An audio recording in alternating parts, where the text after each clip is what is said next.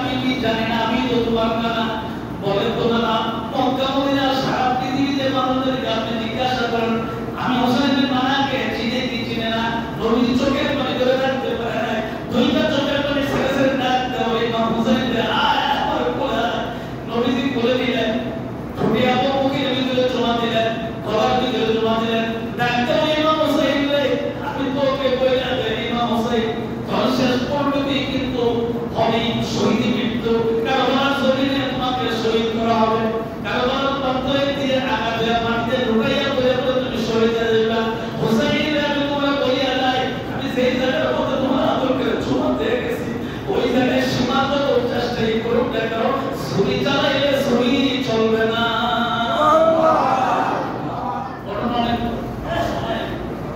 সময় এই জন্য সতের বললাম সীমা বারবার চেষ্টা করেছিল, বিশেষ করে তিন ওনার গায়ে যদি আঘাত করলো রক্ত জলে কারবালার জমি লাল হয়ে গেল। শেষ পর্যন্ত সহ্য করতে পারলেন না। কারবালা হলো ইরাকের জমিনে কারবালা, সেই কারবালার প্রান্তরে সেই কারবালা থেকে মদিনার দিকে খেয়াল করলেন, রোজার দিকে খেয়াল করলেন, ডাকতে বললেন না গো আমার জীবনের শেষ সালামটা কারবালার জমি থেকে আপনাকে দেয়া যায়।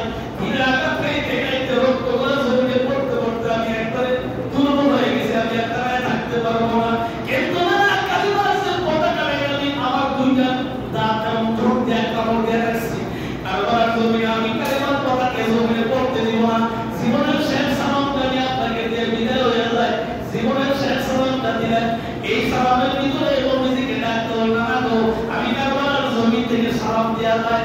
আল্লাহ বলেন কারবালার জমি থেকে আমার হুসাইন সালাম দিছে, আমি নিজ কানে মদিনা রোজার ভিতর থেকে সালাম উত্তর দিছি।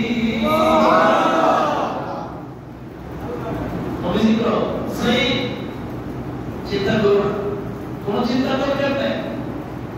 নবীজি বললেন হোসেন রে আমি তোমার সালাম উত্তর দিলাম, আর শহীদ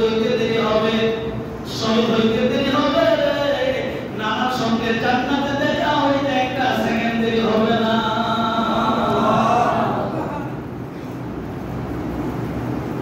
জমিনে ডুবে পড়লেন, সীমার বারবার ছবি চালানোর জন্য চেষ্টা করে কিন্তু চামড়া কাটে না, ধরেই না। ইমাম হোসেন সীমাকে যদি চেষ্টা করো মানে আমার গলা দিয়ে তুমি কাটতে পারবে না, আমার এই গলার ভিতরে এই জায়গার ভিতরে জমা দিয়েছিল, আদর করেছিল, দুইটা ঠোঁটা দেয়া জমা দিয়েছিল, কেমন পর্যন্ত চেষ্টা করবো তুমি আমাকে এইভাবে কাটতে পারবে না, হত্যা করতে পারবে না, আমাকে শহীদ করতে পারবে না, আমাকে উল্টা যদি উল্টা পিঠে ছুরি লাগাও তাইলে তুমি আমাকে দেহ থেকে আলাদা করতে পারবা। ঘটনা আমি করবো আমার সময় নাই, কারণ আমাদের নামাজের একটা জানাজা আছে, এই জন্য সময় কম। আল্লাহ নবীর নাতি যখন পৃথিবীর জমি থেকে আলাদা হয়ে গেলেন, আল্লাহ যখন আলাদা হয়ে গেল কারবালার জমিনে দেওয়ারকে মানে সরপট করে লাগাইতে আরম্ভ করলো, কোরআন দিয়ে দাঁড়াইতে থাকলো, কাফের বেঈমানেরা ইয়াজিদের সৈন্যরা এইভাবে তার উপর জুলুম করতে আরম্ভ করলো। আল্লাহ নবী ডাকতে ওই পৃথিবীর মানুষ তো অন্য সময় রাখলো, কারবালার প্রান্তরে যারা শহীদ হইলেন এবং গাজী হয়ে বললেন আল্লাহ নবী ডাকতে ওই পৃথিবীর মানুষ আমি আল্লাহ নবী রোজার ভিতর থেকে ডাকতে বললাম কারবালার জমিনে সমস্ত শহীদরা আমি আল্লাহর নবীর সঙ্গে জান্নাতে বসবাস করতে থাকবে। সুবহানাল্লাহ। সেই ইতিহাস অনেক বড়।